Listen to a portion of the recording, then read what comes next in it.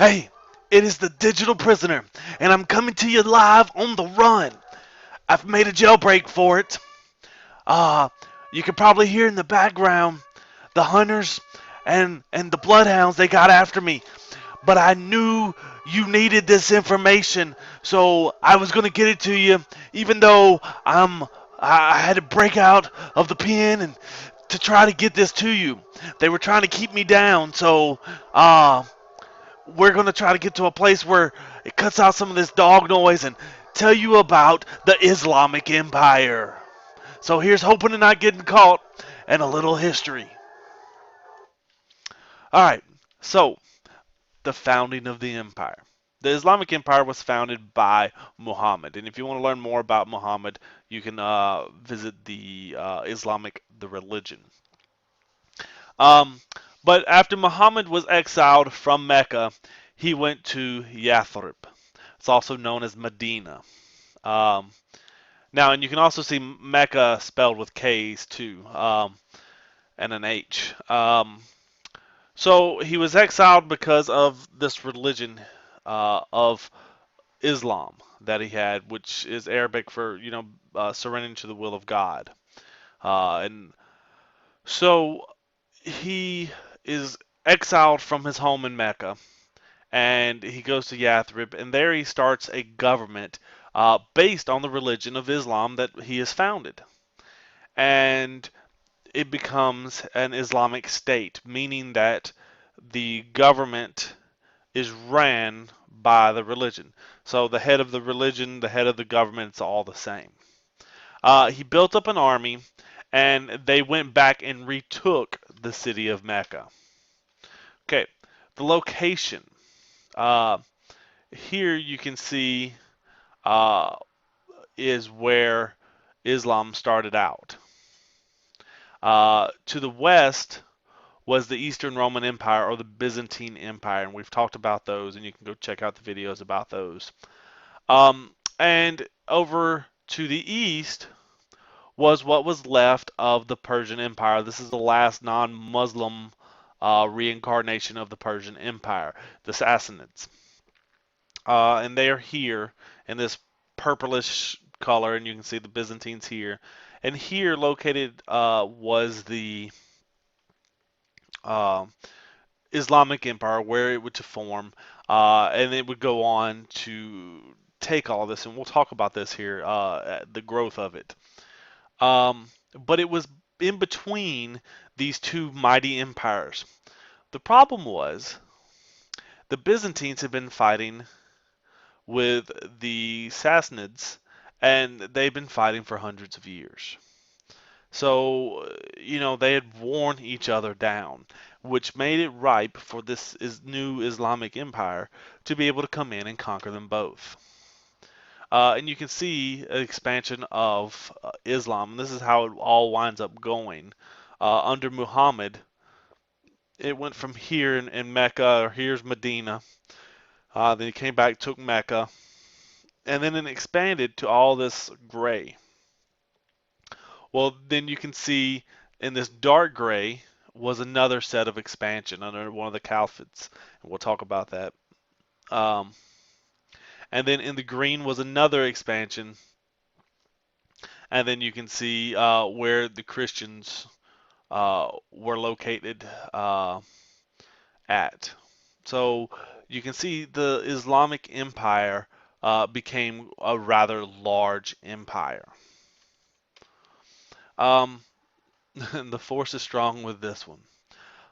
Muhammad was successful in capturing Mecca in 630 AD. He not only proved to be a great um, general, a great prophet, but he became proved to be a great general as well. And after this victory, and several other various Arabic tribes began to join Muhammad because back then, a lot of battles not only occurred between the people, but it occurred between the gods. Because if I were to come in and I were to defeat you, then people will say, oh, well, his God must be stronger than your God because his God enabled him to beat you. And if your God would have been stronger, it would have kept you from losing. So they knew that, Muhammad, he's victorious. He's victorious time and time again. So his God must truly be very powerful. So some of them willingly came and began to follow Muhammad. And, he led that expansion we saw. And Muhammad died in 632 AD. Well, Muhammad left no sons. And so the question that always occurs is who is going to lead us now? Um, and so a caliph, caliph, excuse me, a caliph is the spiritual and government leader of the Islamic Empire, claiming succession from Muhammad. And so we're going to talk about several caliphs. Abu Bakr. After Muhammad's death, his father-in-law from his second wife took over. Now, this was highly debated. Several people believed that it should have been one of his son-in-laws, one specific who we'll talk about here in a minute because he becomes one of the caliphs as well, who should have took over here. And this kind of divides the empire a little bit. Um, but Bakr, um, he united all the Arabic tribes of the Arabian Peninsula under Islam, and he was a very good general as well. He put down a rebellion, Rida, that tried to separate the empire back into individual tribes, and he ruled from 632 until he died in 634. He was assassinated. Caliph Umar. Okay, and you can see here the spread of it went from the Islamic Peninsula here, and it spread even more under Umar. He became caliph in 634, and he started raids into the Byzantine and Sassanid empires. Remember, the Byzantine Empire was up here, the Sassanid Empire was here, and he started taking over both these empires. As we had mentioned, they had both been weakened down after centuries among fighting each other. And both were very successful.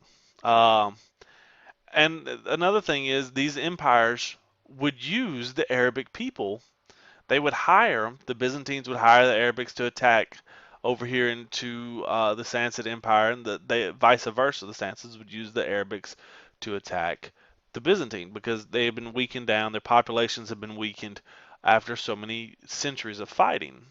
Uh, and so their militaries had become weak because they got dependent on using these Arabs. And so that allowed these Arabs to come in and to dominate these empires. Well, Umar was assassinated 10 years later in 644 AD. Then comes Caliph Uthman. Uthman took over after Umar, and he led and organized the campaigns against the two empires and continued to take over these two empires. And by 651 AD, they had taken over most of the Western Asia from the Mediterranean Sea to eastern Iran, or what today we know as eastern Iran. Well, this guy was assassinated in 656. So you see, it might be good to be caliph, but it doesn't wind up being caliph for long because you tend to get assassinated. Here comes Caliph Ali. Now this is the one people thought who should have been the caliph to succeed Muhammad. This was one of Muhammad's son-in-laws.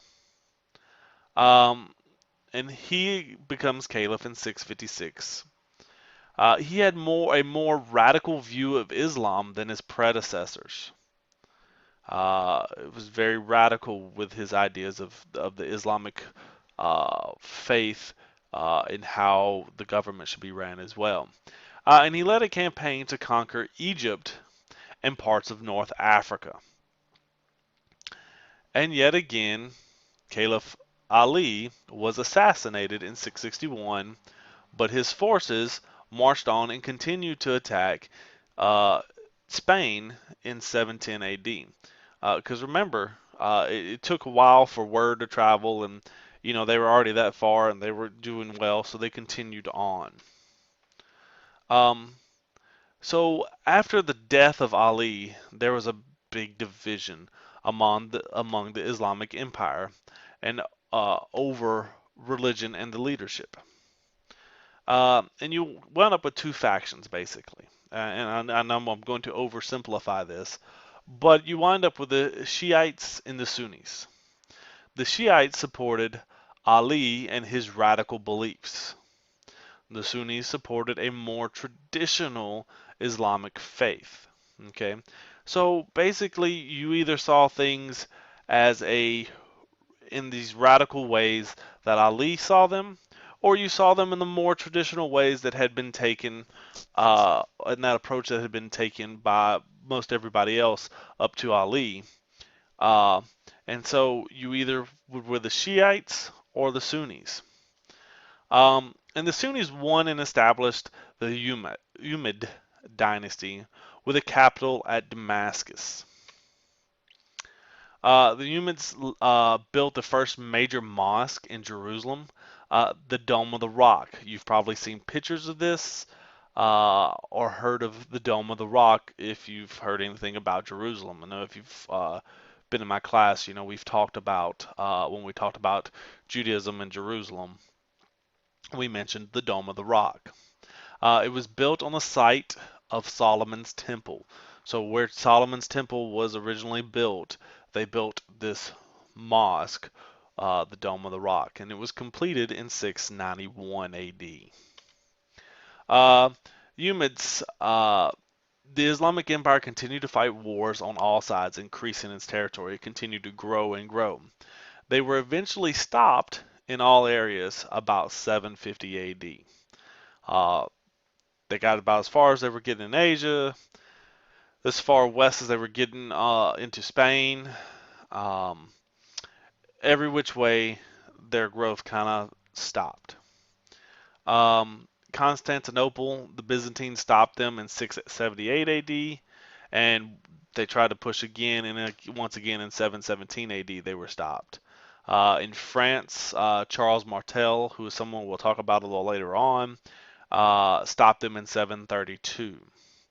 And so they set a little border on with the expanding Tang dynasty, which is another group that we'll talk about in 751, which is Central Asia.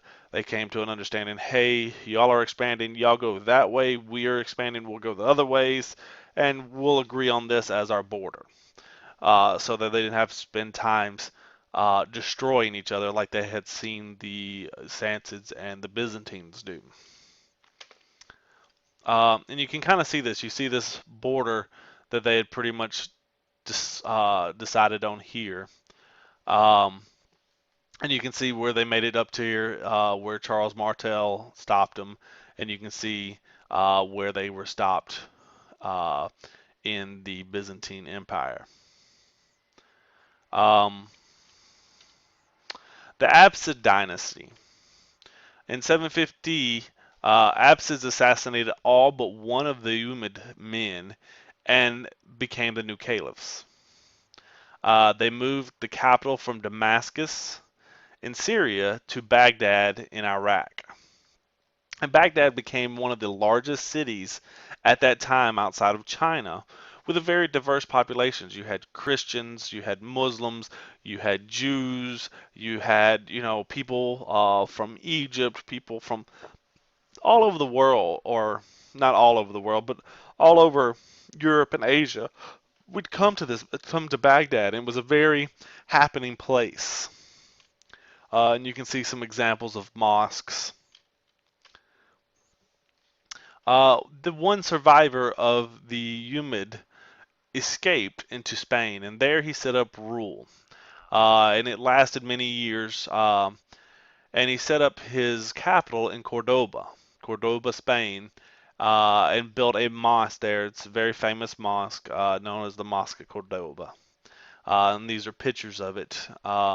Very big, beautiful mosque. And these mosques are very beautiful, beautiful buildings. And this mosque is Islam's church. Okay, like the Jewish people have synagogues and the Christian people have churches. The Muslims have mosques. Um, in 1000 AD, the Abbasid power began to wane. North Africa broke away and became an independent kingdom under the Fatimids. Slowly, each province began to break away. The Samanids and the Turkish broke away, and by 1096, the First Crusade was successful due to the decline of the Islamic Empire. And we'll find out what happens in the Crusades more extensively when we get into medieval history. And then by 1258 AD, the Abbasid dynasty ends. So until next time, I guess I'm gonna try to avoid these dogs. Deuces. Ah, don't take me away.